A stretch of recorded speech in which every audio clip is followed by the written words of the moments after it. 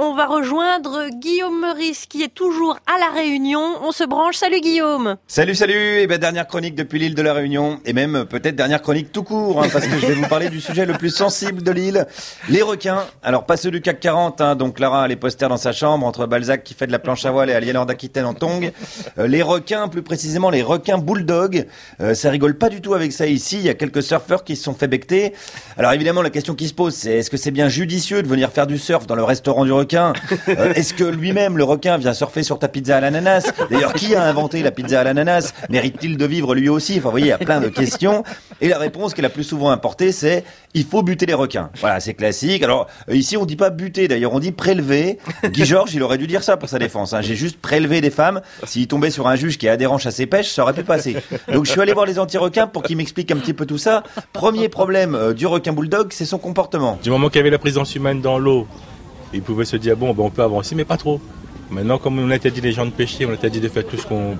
c'est son milieu naturel en même temps, je suis d'accord, mais on peut partager, quoi. Oui, il est pas partageur, le requin. Non, il est pas partageur. Non, ça c'est le principe du requin, c'est un putain d'égoïste, puis c'est impossible de négocier avec eux. La CGT requin, c'est du lourd, c'est quelques centaines de merguez par jour, et puis quand ils disent on lâche rien, ils lâchent vraiment rien, vu la mâchoire. En termes de grande gueule, même sur RMC, ils sont battus. Alors pour les maintenir à distance, c'est compliqué, les filets, ça coûte cher, alors j'ai peut-être trouvé une solution. Je serais plus pour leur faire peur.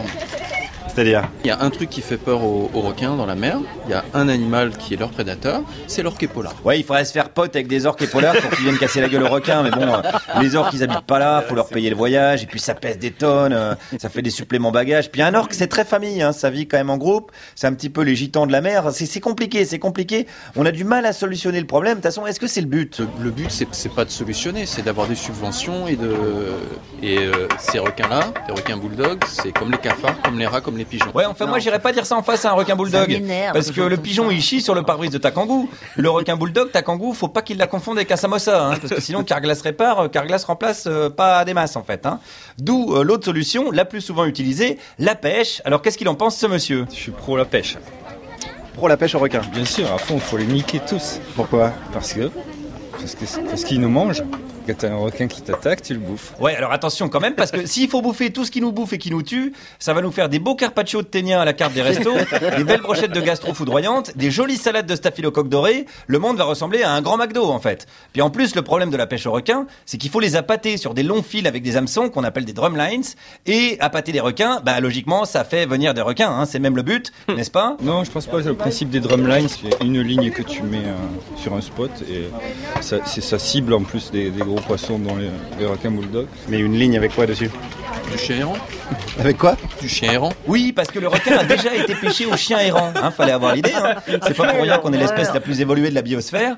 On pouvait en douter en regardant Laurent Wauquiez, mais là on a vraiment confirmation, c'est nous les plus forts.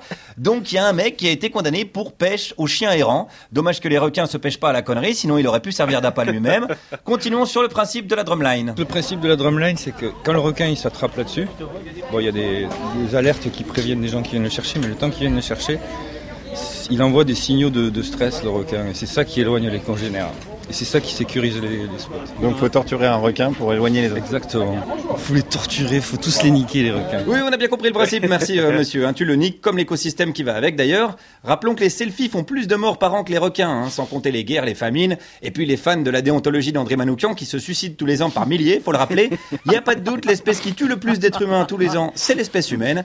Allez, je vous dis à bientôt, sauf bien sûr s'ils décident de se servir de moi comme appât. Allez, bisous à tous. Bisous Guillaume Meurice, revenez-nous entier. Il y a un suspense pour lundi. Écoutez-nous lundi.